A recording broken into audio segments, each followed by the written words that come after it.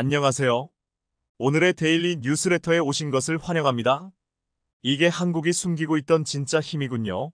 한국 해군이 벌써 이 정도 수준이라니 충격입니다. 언제 이렇게 강력해진 거죠? 미국 군사 전문가들이 혀를 내두르고 있습니다. 한국 시간 10일 오전, 한국과 미국의 실사격 훈련이 있었기 때문입니다. 그런데 이때 한국의 7600T급의 이지스함 율곡이 이함 DDG가 어마어마한 위력을 선보이며 현장에 있던 모두를 경악시켰는데요. 심지어 미국 국방부가 자랑스러워하던 자타공인 세계 최강의 함대까지 아우르는 위력을 선보이며 누가 한 수 위인지를 압도적으로 증명해냈습니다. 이처럼 율곡이 이함이 미국 함대들을 박살내버리자 전 세계 군사 언론들의 반응이 격렬합니다. 또한 해당 훈련 영상은 전 세계 방송에 생중계되고 있었기에 더더욱 화제를 모으고 있는데요. 현재 전 세계를 깜짝 놀라게 한 한국의 울곡이 이함, 그리고 이에 대한 군사 전문가들의 의견 함께 보시겠습니다. 최근 다국적 해양훈련 환태평양훈련 RIMPAC 림팩이 개최되었습니다. 여기에 우리 한국 해군 역시 참가 중인데요. 우리 해군은 7600T급의 이지스 구축함 7600T급 율곡이 이함을 선보이며 전 세계 모든 군사 언론들을 깜짝 놀라게 만들었습니다. 한국 시간 10일 우리 율곡이 이함은 미합 중국 해군의 함대공 유도 탄인 SM-2를 사용해 실사격 훈련에서 표적을 명중시킨 것입니다. SM-2는 기본적으로 SM-1과 같은 반능동 레이더 호밍이지만 블라크 B와 같은 일부는 적외선 유도 방식이 추가되어 있습니다. 최대 속도 마 3.5로 표적의 예상 요격 지점을 관성 항법 장치에 미리 입력받은 상태에서 발사되는데요. 발사된 후에도 함정으로부터 데이터 링크를 통해 목표물의 정보와 최적 항로를 업데이트 받아가며 요격 지점 근처로 유도되는 어마어마한 군사무기입니다. 그런데 이렇게 강력한 SM-1을 우리 해군이 완벽히 운용하며 표적을 명중시켜 미국 내에서도 큰 화제를 모으고 있습니다. B. 우리 해군에 따르면 이날 오전 미야와이 카오아이 섬 북서부 태평양 미사일 사격 훈련장 PMRF에서 이뤄진 실사격 훈련은 적의 항공기와 유도탄이 율곡이 이함으로 접근하는 상황을 가정해 진행됐다는데요. 대공 무인 표적기가 고속으로 접근하자 울곡이 이함이 이지스 레이더 SPY-1D로 이를 탐지 및 추적한 후 SM-2 함대공 유도탄 한 발을 발사했고 표적에 정확히 맞췄다고 전해졌습니다. 해군 관계자는 모의 표적기가 울곡이 이함이 발사한 SM-2에 완파됐다고 말했는데요. 신의 방페이저스란 이름답게 한국군의 주요 구축함이 실전 실력을 입증한 셈입니다. 김봉진 대령 율곡이 2 함장은 이번 훈련을 통해 우리 해군의 대공 및 대유도탄 실제 교전 능력을 검증하고 유도탄 운용 능력을 향상했다 고 평가했습니다. SM-2의 사거리 약 150여 km로 한국의 주력 구축함인 이지스함 세종대왕함, 율곡이 2함, 서해류성룡함의 주요 대공 무기입니다. 북한 미사일 발사나 전투기 침투 시 우리의 바다에서 우리의 하늘을 지켜내는 핵심 전력인데요. 군은 이지스함의 사거리가 약 400km 가까이 되는 SM-6 약 500km 정도 되는 SM-3 등을 추가로 탑재해 북한의 탄도 및 순항 미사일, 무인 항공기 등을 막을 미사일 방어체계 KAMD를 완비한다는 계획입니다. 그리고 그 첫 시작이 제대로 성공한 것인데요. 우리 해군은 앞선 5일 국내 취재진에 진주만항 부두에 정박한 율곡이 이함의 전투 지휘실을 공개하기도 했습니다. 함정의 두뇌로 비유할 수 있는 곳입니다. 기날 오후 3시 25분 승조원들은 팀워크 훈련을 시연했습니다. PMRF 해상의 SM-2 실전 사격과 같은 절차로 이뤄지는 사전훈련 성격이었는데요. 훈련이 시작되자 육지 방향에서 적의 해안 방어 순항 미사일 발사 신호와 이동식 발사대 TL 전개 등 도발 징후가 포착됐습니다. 실제 북한이 최근 실전화하고 있는 무기 시스템을 상정한 것입니다. 우리 해군은 김봉진 함장의 지시와 전술 집행관 TAO의 구령에 따라 일사불란하게 구명의를 착용했습니다. 이윽고 대공 적색 경보가 설정되고 사격 통제 부사관이 미상 비행물을 보고했습니다. TAO는 피하 식별 장비를 활용해 해당 표적 정보를 확인하라고 지시했습니다. 곧이어 율곡이 이함의 레이더가 표적의 고도, 침로, 속력 등의 정보 상황과 전자파 정보를 토대로 해당 표적을 적의 유도탄으로 판단했고 승조원들은 해당 거리에 맞는 대응 수단인 SM-2 단거리 함대공 유도탄 RAM 근접 무기 방어 체계 CIWS 운용을 준비했습니다. 이어 유도탄을 모사한 표적기가 교전 가능 거리로 접근하자 원거리 요격을 위해 SM-2 발사가 결정됐다. SM-2 파이어 김 함장의 명령에 따라 유도탄 발사 감독관 MSS이 크게 외쳤습니다. 울고기 2함의 SM-2 유도탄이 즉시 발사됐고 이윽고 적의 미사일 1기가 격추됐다는 가상 신호가 떴는데요. 실사격 훈련에선 울고기 2함 함수의 수직 발사 대부 ELS에서 실제 SM-2가 붉은 화염을 내뿜으며 발사됐습니다. 그리고 결과는 시원하게 명중, 짜릿한 성공의 순간이었습니다. SM-2 발사는 사실 승조원들이 수없이 반복해온 훈련입니다. 다만 실사격 훈련 기회가 자주 오는 건 아니라고 하는데요. SM-2는 최근까지 국내 유도탄 실사격 분석 및 평가를 할 수 있는 여건이 마련되지 않아 2년에 한 번씩 열리는 림팩에서만 실사격을 할 수 있었습니다. 그러나 지난해 12월부터는 국방과학연구소 ADD 삼척해상연구센터에서 사격 훈련이 가능해졌다는데요. 또한 실사격이 언제나 성공하는 것도 아닙니다. 지난 2022년 림팩에선 문무대왕함에서 쏜 SM-2가 공중에서 폭발한 전례도 있기 때문입니다. 미 해군 측의 조사 결과 우리 해군 측 실수가 아닌 SM-2의 소프트웨어 오류로 판명났습니다. 미국의 해군 뉴스는 해당 소식을 전하며 한국이 다루기 힘들고 까다롭기로 유명한 그 SM-2를 완벽히 운용하는 데 성공했다. 정확하게 목표물을 명중시킨 것이다. 한국 해군의 위상이 크게 올라갔다. 오늘 실사격 훈련에서 전 세계가 지켜보는 앞에서 당당하게 명중에 성공했기 때문이다. 오전 10시 40분 삑하는 보슨 파이프 해군 전용 피리 소리와 함께 한국의 7600급의 이지스함인 율곡이 2함이 한미부터 느리게 나아가기 시작했다. 갑판의 가장자리에는 카포크를 입은 승조원들이 도열했다. 출항 때마다 이내띠로 예를 갖추는 것 특이한 모습이 보였는데 이 또한 한국 해군만의 문화라고 한다. 현재 한국은 핵보유의 기로에 서 있다. 올해 미국 대선에서 트럼프가 재선된다면 한국이 한미원자력 협정 개정을 통해 상당한 수준의 핵잠 재력을 확보하고 핵잠수함 개발과 관련해서도 바이든 행정부에 비해 보다 협조적인 태도를 이끌어낼 수 있을 것으로 예상된다. 또 한국은 충분히 그 능력이 있음을 오늘 실사격 훈련에서 또 증명해냈다. 올해 미국 대선에서 바이든과 트럼프 중루가 재선되는가에 따라 한국 정부의 선택지는 크게 달라질 것이다. 바이든이 재선될 경우 비확산론자들의 영향력 때문에 한국 정부가 한미원자력 협정 개정을 위한 협상 개시도 쉽지 않을 것이다. 그러나 트럼프가 재선될 경우에는 트럼프와 그의 핵심 측근들이 한국의 핵무장까지도 논의 또는 수용할 수 있다는 입장이기 때문에 한미원자력 협정 개정은 그렇게 어렵지 않은 과제가 될 수도 있다. 핵물질 고농축 우라늄, 플루토늄 확보가 핵무기 개발의 핵심적인 요소이므로 핵물질 확보 기간에 따라 독자적 핵무장 시점이 결정된다.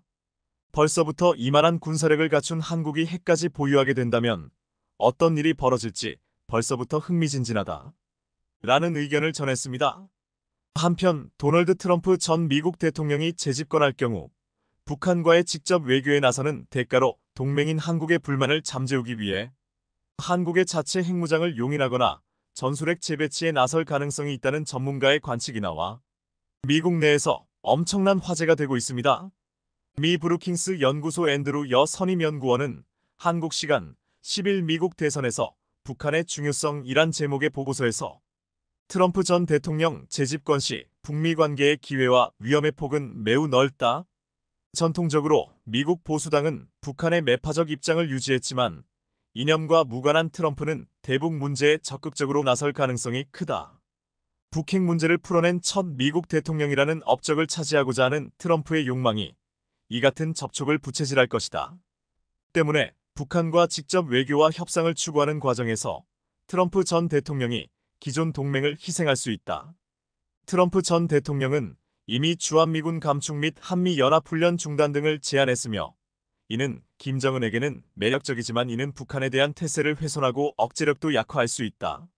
마지막으로 보고서는 트럼프 전 대통령이 서울을 달래기 위해 한국의 독자 핵무장을 허용하거나 미국의 전술핵 무기 재배치를 승인할 수 있다. 한국과 핵공유 협정을 체결하는 방안도 검토할 수 있을 것.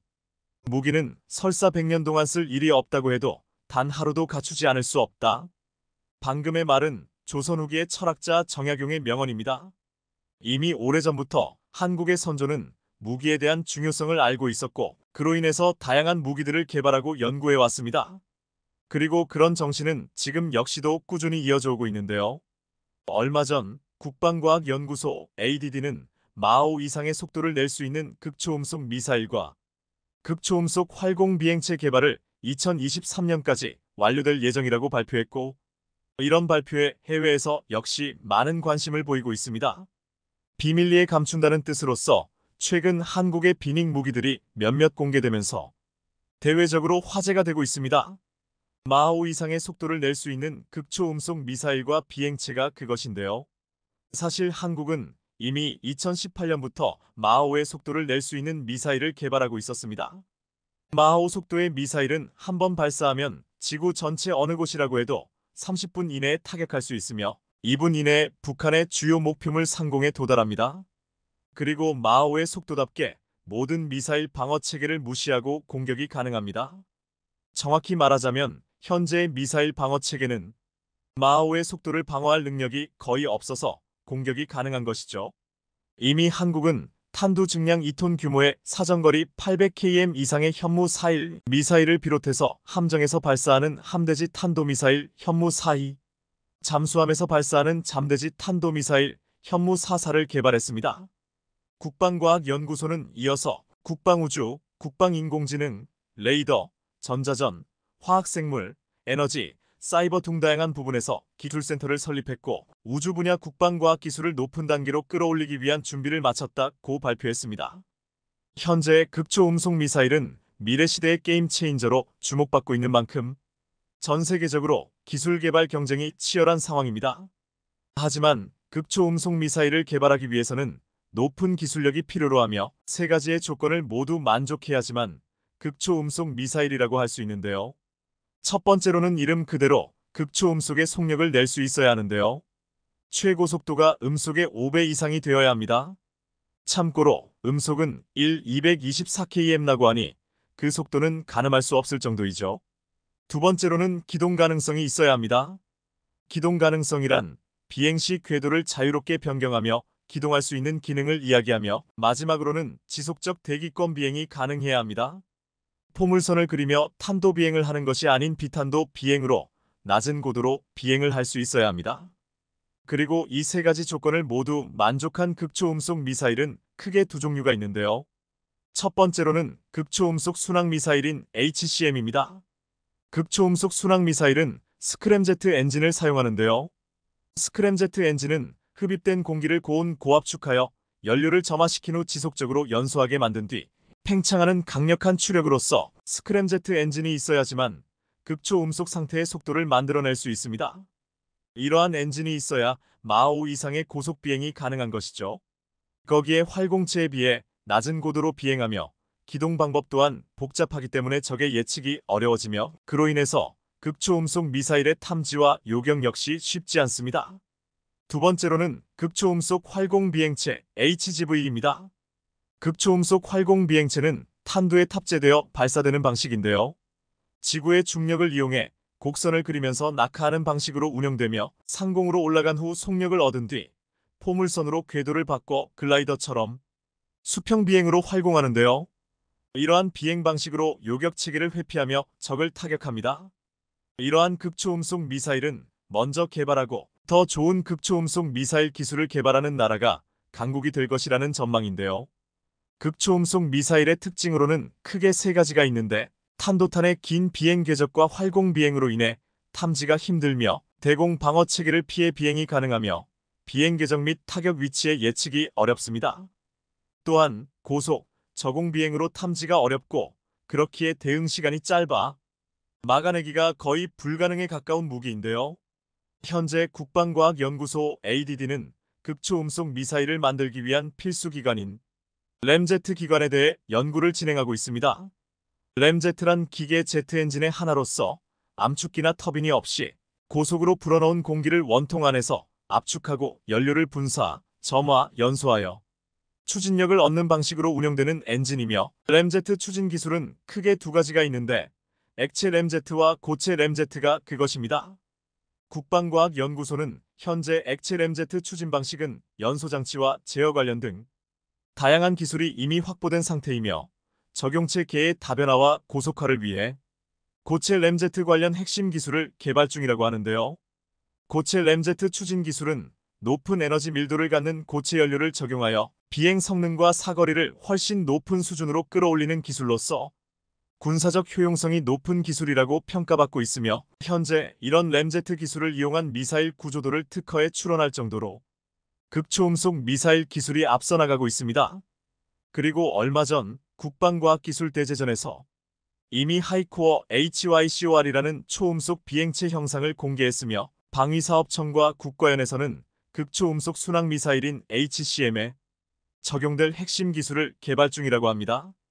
또한 이러한 극초음속 미사일을 계속적으로 연구하여 적에게로부터 날아오는 극초음속 미사일을 막아내는 방법 역시 연구 중이라고 하며 이런 기술력이 계속해서 발전된다면 자연스럽게 한국의 안보를 지킬 수 있는 체계가 만들어질 것입니다.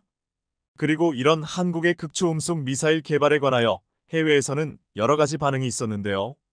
그럼 지금부터는 한국의 극초음속 미사일 개발에 대해 얼마 전 우리 군이 개발 중인 장거리 지대공 유도미사일 한국형 사드 LSAM이 공개됐습니다. LSAM 유도미사일은 200km 떨어진 서해 남부 무인도에서 발사된 표적 미사일을 탐지한 뒤 음속으로 날아가 서해 중부 해상에 정확히 격추시켰습니다. LSAM의 네 번째 요격 시험이 성공적으로 끝나는 순간이었습니다.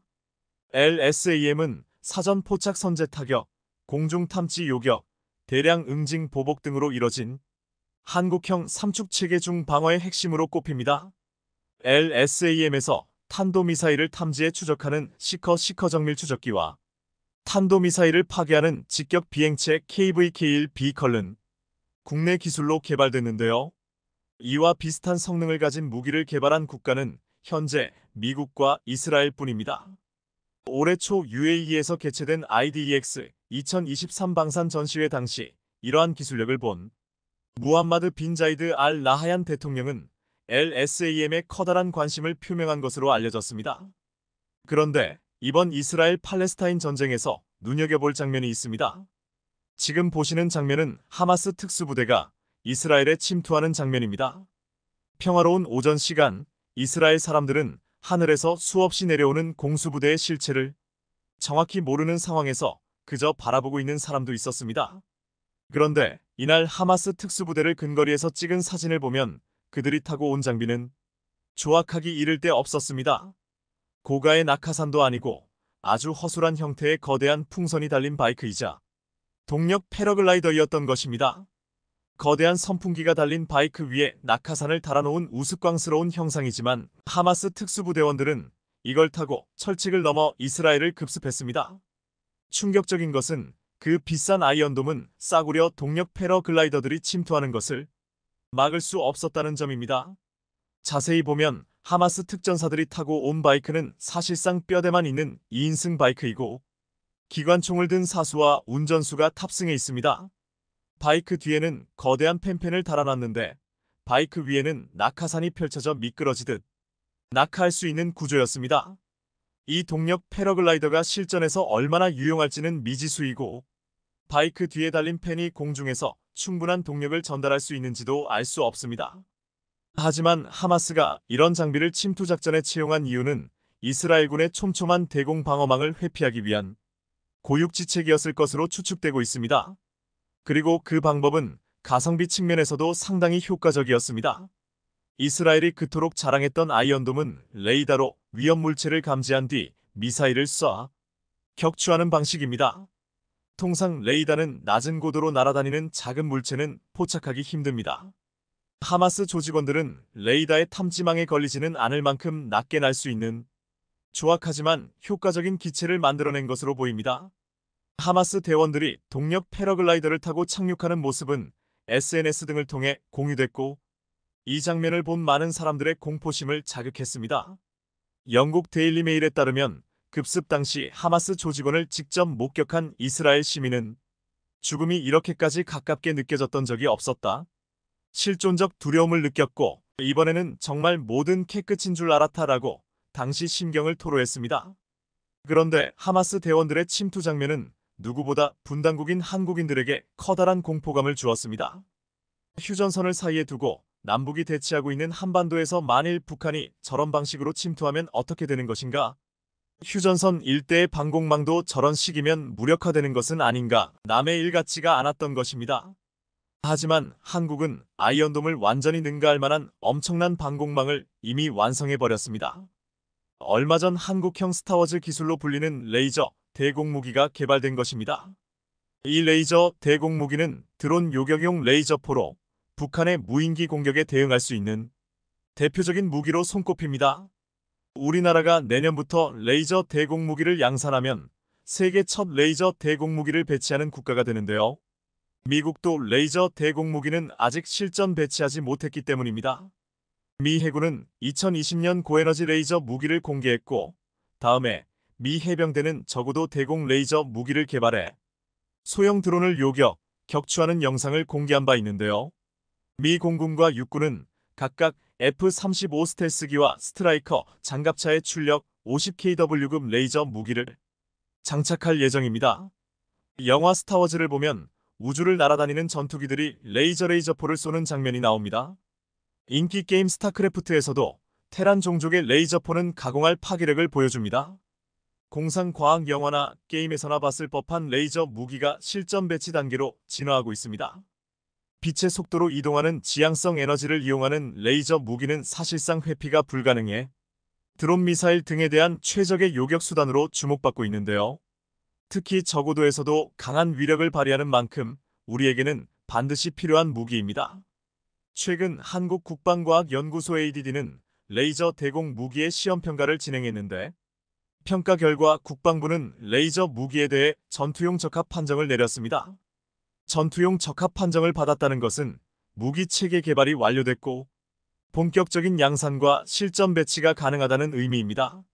레이저 대공 무기에 대한 출력 등 세부 정보는 공개되지 않았으나 소형 드론을 격추할 수 있는 20kW급으로 추정됩니다. 레이저 무기는 고출력 에너지를 표적에 집중시켜 파괴하거나 무력화하는 기술로서 레이저 무기의 가장 큰 장점은 초당 30만 km을 이동하는 지향성 에너지를 이용해 마하 8.02 극초음속 미사일도 요격할 수 있습니다. 또 레이저 무기는 5.56 크기의 개인 소총 탄환보다 작은 영역에 대해서도 표적을 구분해 파괴할 정도로 정확합니다. 한국국방과학연구소가 레이저 대공 무기 블록 1 연구개발 사업을 시작한 건 2019년부터였습니다.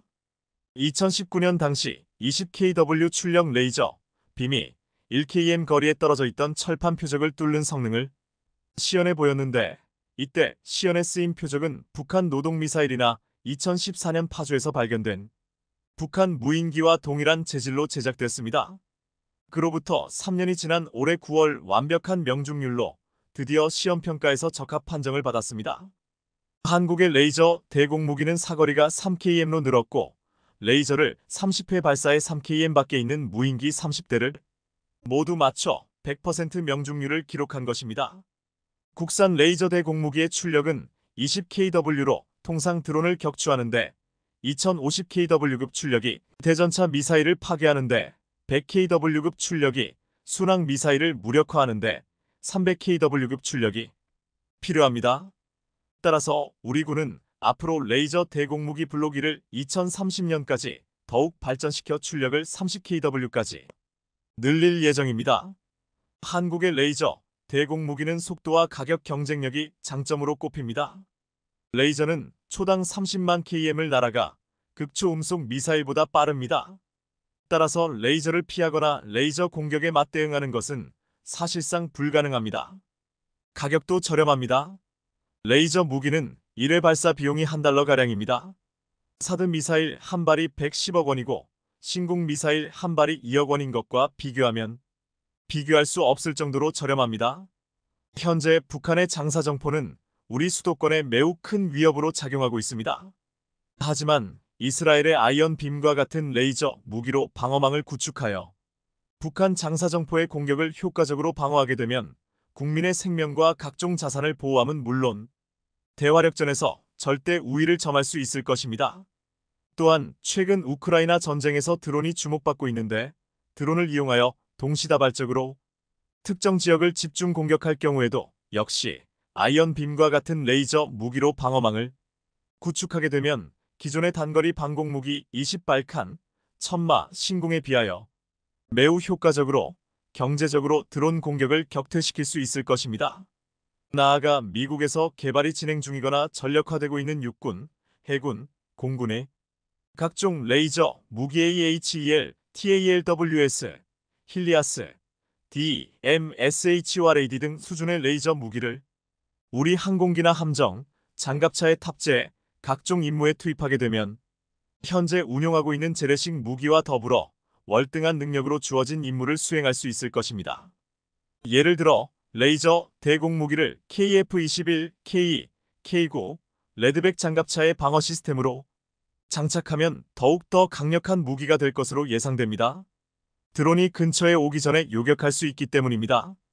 당장 내년부터 한국이 레이저 대공무기 양산에 돌입하게 된다면 레이저 기술의 최선두로 알려져 있는 미국, 이스라엘 이 두 나라보다 한국이 먼저 양산에 성공하게 되는 것인데요.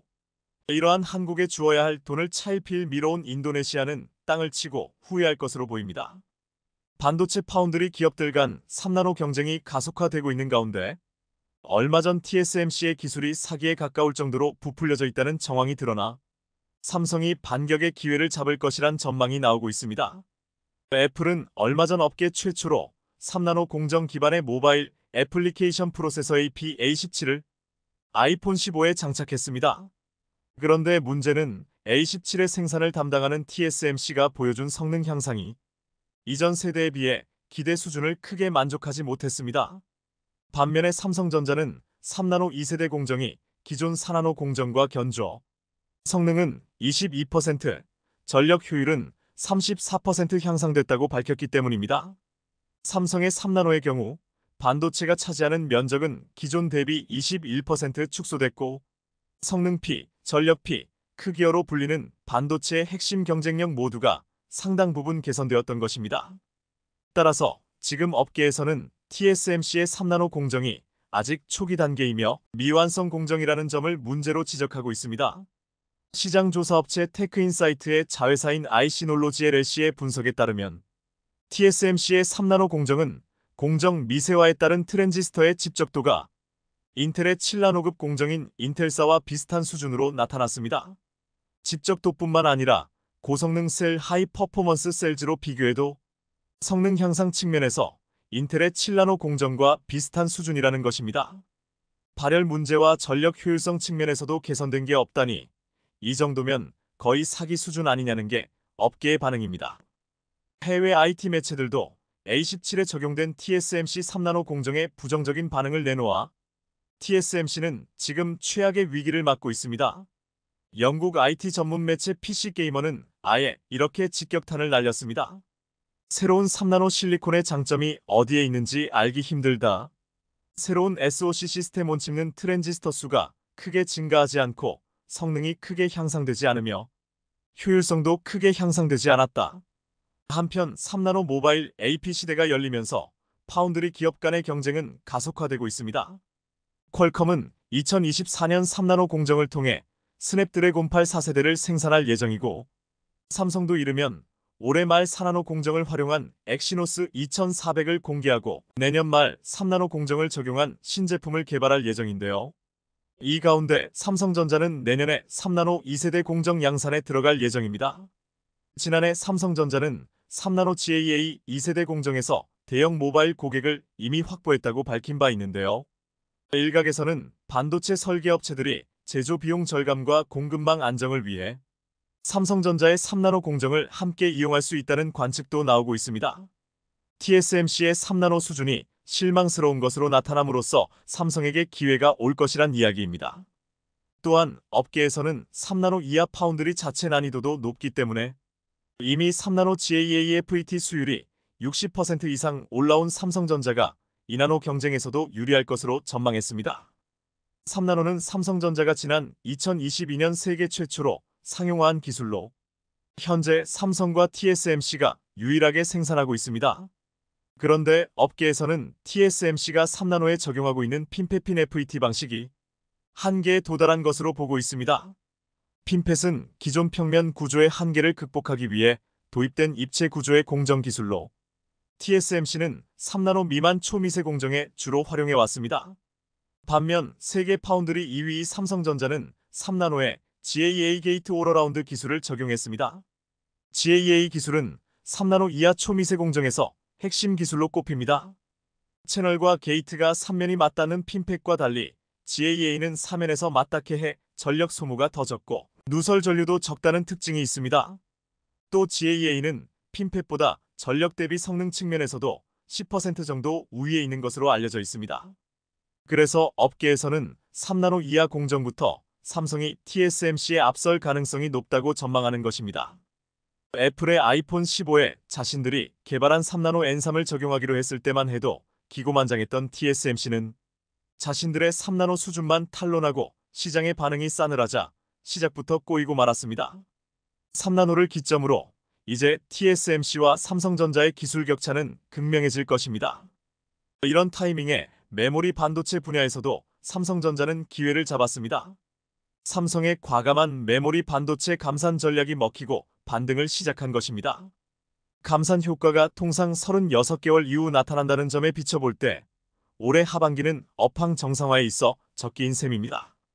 업계에서는 감산 효과는 물론 점진적으로 늘어나는 HBM과 DDR5 등 고부가 제품 수요에 힘입어 내년부터 본격적인 상승 국면을 맞이할 가능성이 크다는 전망이 나오고 있습니다.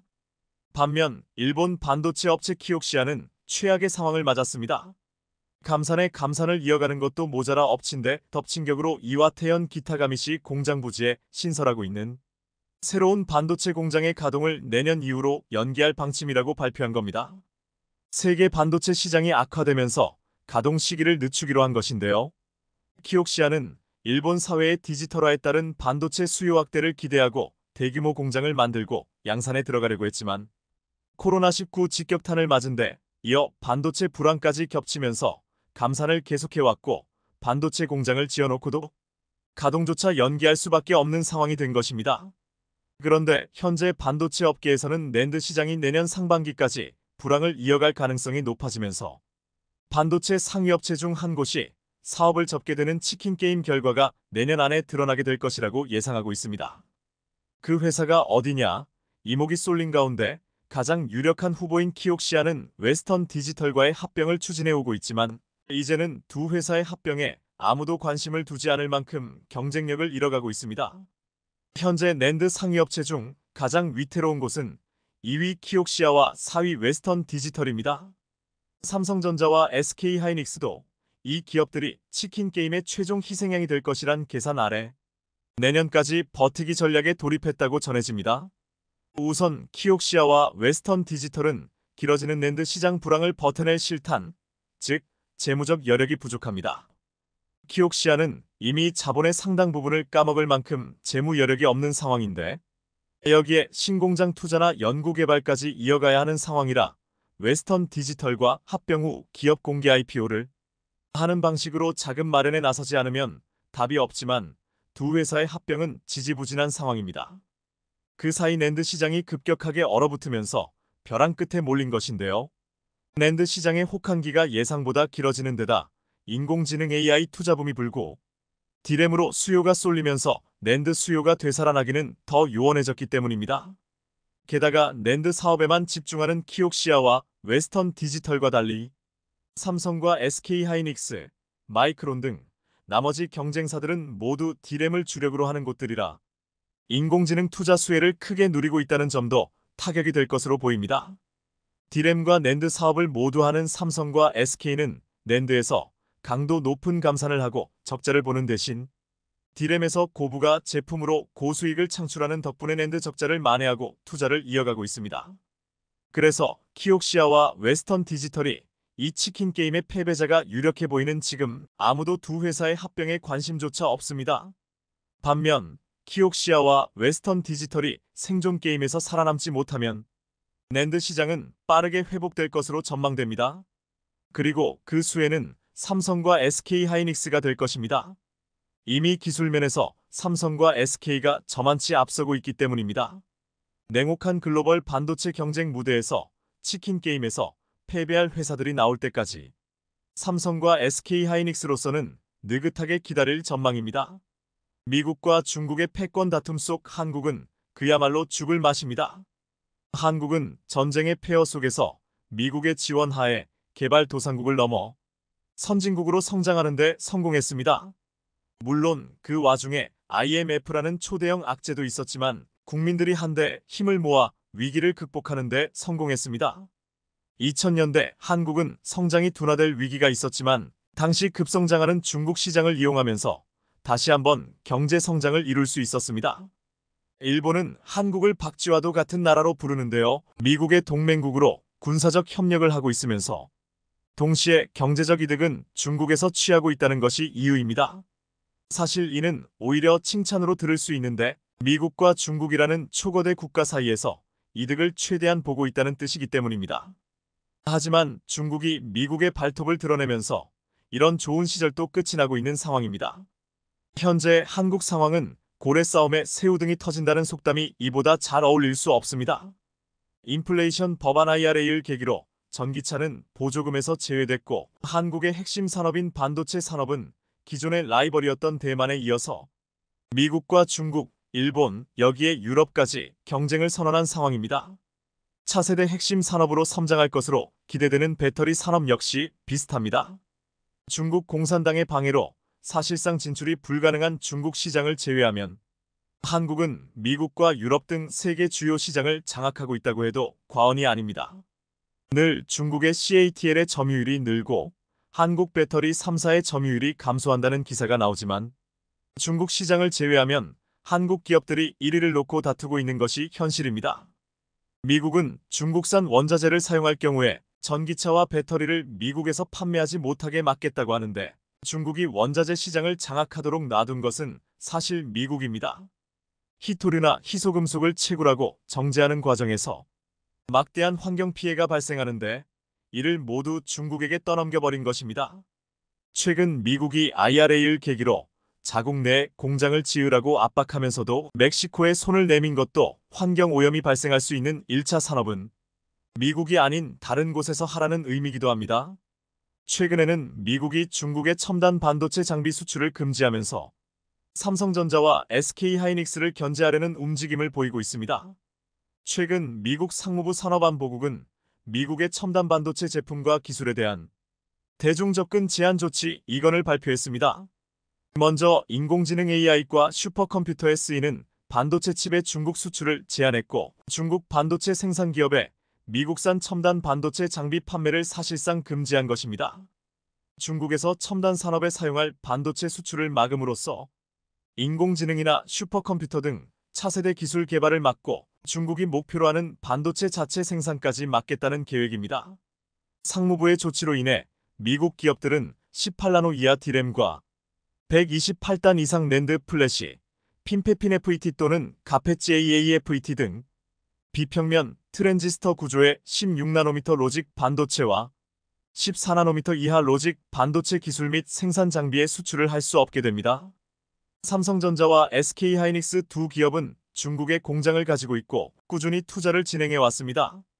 그런데 미국이 중국의 장비 수출을 막아버리면 지금까지 한 투자금을 모두 날릴 수도 있게 됩니다. 여기에 미국은 반도체 지원법을 발표하면서 미국 정부의 지원금을 받은 기업은 중국과 거래를 금지한다고 발표했습니다. 바이든의 방한 당시 미국에 투자를 약속한 삼성전자가 규제 대상이 될 수밖에 없는 상황입니다. 이 상황에서 정부의 역할은 무엇보다도 중요합니다. 한국 기업들의 이익을 지키는 것이 곧 국가와 국민의 이득으로 이어지기 때문입니다. 다행히 정부의 노력과 기업들의 로비를 통해 삼성전자와 SK하이닉스는 이번 중국 수출 규제에서 제외되는 모습입니다. 한국 정부가 미국과 사전 협의를 통해 중국 내에서 운영 중인 한국 공장의 생산에 차질이 없도록 장비 공급을 보장받았다는 것입니다. 상무부는 미국 기업의 중국 수출 제한 조치를 발표하면서 외국 기업은 개별 심사를 통해 슈퍼컴퓨터 등 첨단 기술 연구 개발에 영향을 미치지 않는 선에서 조건에 해당하는 장비와 부품 교체를 위한 수출은 허용한다고 밝혔습니다. 이에 따라 한국 기업들은 당장 사용할 수 있는 장비 반입이 가능하게 된 상황입니다. 동종업계에서는 불확실성이 해소됐다며 긍정적인 반응을 보이면서 중장기적으로 중국 업체들과의 기술 격차를 더 벌릴 기회가 될 것으로 예상하고 있습니다. 다만 미중 갈등이 심화될 경우 추가적인 장비 반입이 불가능할 수도 있고 아예 중국이 반도체 장비를 압수할 가능성도 있습니다. 중국은 미국의 제재 조치 이후 14나노 이상의 반도체를 만들기 위한 EUV 중고 장비를 마구잡이로 사들이는 등 막무가내 행보를 보이고 있기 때문입니다. 현재 삼성전자는 낸드 플래시의 38%를, SK하이닉스는 디램 50%와 낸드 25%를 중국에서 생산하고 있습니다. 메모리 반도체에서는 삼성전자와 SK하이닉스가 세계 1, 2위를 다투고 있고 비메모리 반도체에서도 삼성전자가 TSMC에 이어 세계 2위를 차지하고 있습니다. 중국 공장이 멈추게 되면 전 세계적인 반도체 부족 현상을 다시 한번 겪을 수 있는 것입니다. 그런데 미국의 이번 규제가 삼성전자와 SK하이닉스 등에 중장기적으로 유리할 것이라고 분석도 있습니다. 중국 반도체 업체와 기술 격차를 벌일 수 있는 기회라는 것입니다. 중국 반도체의 희망이라고 불리는 낸드 플래시 제조업체 YMTC는 2016년 설립된 이후에 중국 정부의 전폭적인 지원을 받아 성장했습니다. 그런데 미국의 수출 규제로 인해 중국 반도체 핵심 기업들의 기술 발전이 멈출 수 있다는 것입니다. 실제로 이런 상황에 대해 미국에서는 삼성전자가 엄청난 이득을 볼 것이라는 예측을 내놓고 있습니다. 월스트리트 저널 WSJ는 5일 실현의 계절을 보내고 있는 삼성전자가 대규모 투자와 반도체의 정치화 추세에 힘입어 장기적으로는 순항할 수 있다고 언급했습니다. 실현의 계절이란 미중 갈등 속에 끼인 삼성전자의 현실과 경제 위기로 인해 반도체 수요 감소를 의미합니다. C19 이후 시작된 세계적인 인플레이션 현상은 반도체 업계의 불황을 불러왔습니다. 한때 10만 전자를 노리던 삼성전자의 주가는 크게 하락하며 삼성전자의 시가총액은 약 3천억 달러 427조 원 가까이 증발했습니다. 삼성전자의 핵심 이익 동력인 메모리 칩의 수요 약화와 재고 증가가 큰 문제였습니다. 대만의 시장조사업체 트렌드 메모리 칩의 일종인 낸드 플래시 가격이 3분기 1318% 떨어진 데 이어 4분기에도 1520% 급락할 것으로 예상하고 있습니다. 자연스럽게 낸드 플래시가 핵심 상품인 삼성전자의 영업이익도 전년 동기보다 20% 이상 급감할 것으로 추산됩니다. 그런데 이런 상황 속에서 WSJ는 삼성전자가 TSMC를 잡을 수 있다는 예측을 내놓고 있습니다. 위기 속에서 오히려 투자를 늘리고 있기 때문입니다. 삼성전자는 파운드리 1위 기업인 대만 TSMC와 경쟁하기 위해 오는 2027년까지 첨단 반도체 생산 능력을 3배 늘리겠다고 최근 발표했습니다. 근본 삼성전자의 파운드리 투자 확대는 풍부한 보유 현금과 기술 리더십을 고려할 때 타당한 선택이라는 것입니다. 또한 삼성전자의 투자 확대 움직임은 변동성이 큰 메모리 반도체 의존에서 탈피해 사업을 다각화하고 대만을 두고 펼쳐지는 미국과 중국의 갈등과 맞물려 최고의 기회가 될 수 있다고 평가했습니다. 현재 반도체 산업은 단순히 산업을 넘어 정치적 문제로 인식되고 있습니다. 반도체가 없으면 어떤 산업도 제대로 돌아갈 수 없기 때문입니다. WSJ는 삼성전자는 정치적 바람이 어느 쪽으로 불든 고난의 시기에서 더 강하게 일어나기 위해 크게 투자하는 중이라고 말했습니다. 삼성은 과거 고 이건희 회장의 과감한 결단을 통해 반도체 산업에 뛰어들었고 이제는 세계적인 기업으로 성장했습니다. 4M 디램 제품과 관련한 이건희 회장의 일화는 유명합니다. 1987년 당시 삼성전자는 4M 디램 개발 방식을 스택 쌓는 방식으로 할 것인지 트렌치파 들어가는 방식로 할 것인지를 두고 고민 중이었습니다. 이건희 회장은 단순하게 생각하라는 원칙으로 고민을 타개했습니다. 쌓아 올리는 것이 파고 들어가는 것보다 훨씬 쉽고 문제가 생겼을 때 회로를 고치는 것이 편하다는 결론을 내린 것입니다. 이 판단은 매우 성공적이었는데요. 삼성전자는 4M 디램에 이르러서는 일본과 동등 품질 제품을 생산하기 시작했습니다. 이후 16M 디램은 품질에서 앞서기 시작했고 64M, 256M 제품은 드디어 일본보다 빠르게 개발에 성공했습니다. 1995년은 64M 디램 시장이 본격 형성되기 시작한 해로서 그해 삼성전자는 반도체 부문에서 당초 예상보다 40%나 초과한 8조 1348억 원 매출과 2조 7192억 원 영업이익이라는 경이로운 실적을 달성했습니다. 하지만 이건희 회장은 축포를 터뜨리지 않고 미래를 내다봤습니다. 세계 정상이 된다는 것은 간단하지 않지만 불가능하지도 않다. 그러나 정상에 서면 자칫 목표를 상실할 수 있다. 정상이 되기보다 정상의 위치를 고수하기가 더 어려운 까닭이다. 뼈를 깎는 노력이 뒷받침되지 않으면 정상은 언제나 위태로운 자리다. 미국과 중국 사이에서 최악의 위기를 맞이하는 상황이지만 늘 한국은 위기를 기회로 만들어 성장했습니다. 시청해주셔서 감사합니다.